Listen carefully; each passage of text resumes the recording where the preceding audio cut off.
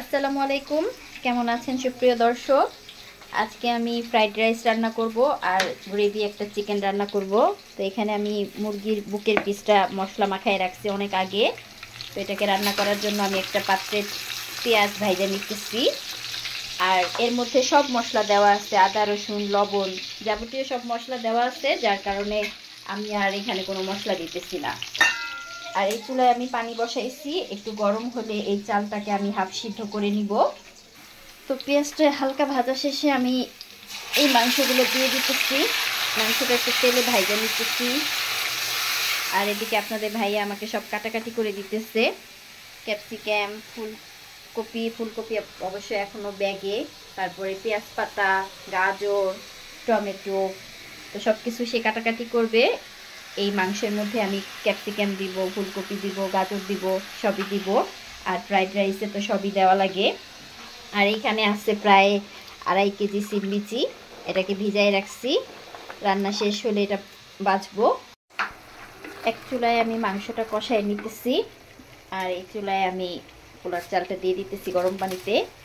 এখানে আমি একেবারে অল্প পরিমাণে চাল নিচ্ছি, এক পা পরিমাণে, বেশি রান্না করলে থেকে যায়, যেন এখনই শেষ হয়ে যায়, তাই অল্প নিচ্ছি। চালটা হাফ সিদ্ধ হয়ে গেছে, আর বেশি সিদ্ধ করব না, বাকিটা যখন আমি ফ্রাইড রাইস রেডি করব তখন হবে। তো এটাকে আমি নামাই নিতেছি, পানিটা ঝরা দিয়ে নেই। আর চুলার মধ্যে আমি ফ্রাই প্যানে মাংসটা ভাজা নিই। তো এখানে আমি ঝুড়ির মধ্যে চালটা ঢেলে নিই।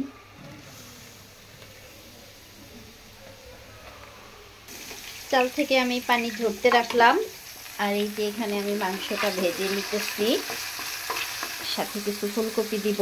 তো ফুলকপিটা আমি তেলের মধ্যে ভেজে নিব। এই মাংসটা আমার কষানো হয়ে গেছে। এর মধ্যে আমি টমেটো, ক্যাপসিকাম আর পেঁয়াজ দিব। এখন দিয়ে দিলাম কিছু পেঁয়াজ।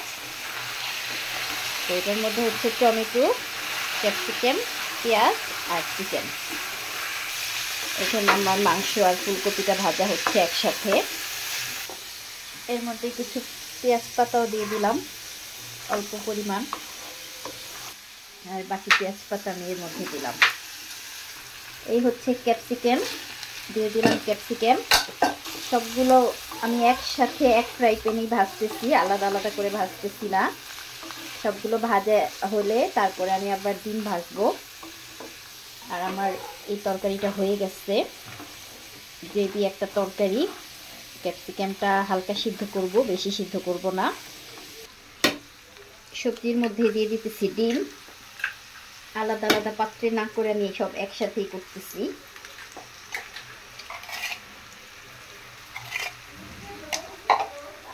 ডিমটাকে আমি ভেঙে দিতেছি। এই তরকারিটা হয়ে গেছে, চুলা বন্ধ করে দিচ্ছি। আর বেশি জাল দিলে একদম শুকনো হয়ে যাবে। আরেকটা কড়াইয়ের মধ্যে আমি কিছু মটরশুঁটি ভাজতেছি। মটরশুঁটিটা অবশ্য বাছা হয় নাই, এজন্য আগে আমি দিতে পারি নাই। এটার মধ্যে আমি মটরশুঁটি দিব, এই তরকারিটার মধ্যে দিব। আর আগে যেহেতু দিতে পারি নাই, তাই এখন আমি তেলে ভেজে নিতেছি। মটরশুঁটি ভাজা শেষ, এখন আমি এখান থেকে অল্প কিছু মটরশুঁটি এই মাংসের মধ্যে দিতেছি।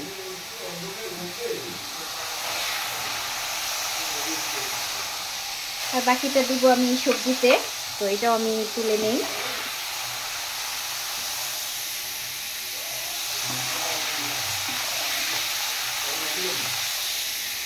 মটরশুঁটি দিয়ে ফাইনালি আমার তরকারিটা কমপ্লিট করলাম, হয়ে গেছে এটা। আর এই চুলায় আমি ফ্রাইড রাইস রান্না করব। পেঁয়াজ ভেজে নিলাম, গাজরটা দিই নাই আগে, এখন দিয়ে দিলাম। এই যে সবজি যা আছে সব এখন মিক্স করে দিই।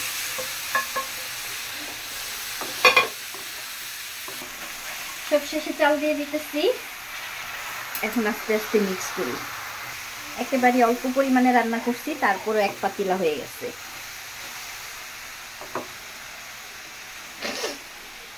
হয়ে গেছে আমার ফ্রাইড রাইস, একদম ঝরঝরে একটা ফ্রাইড রাইস।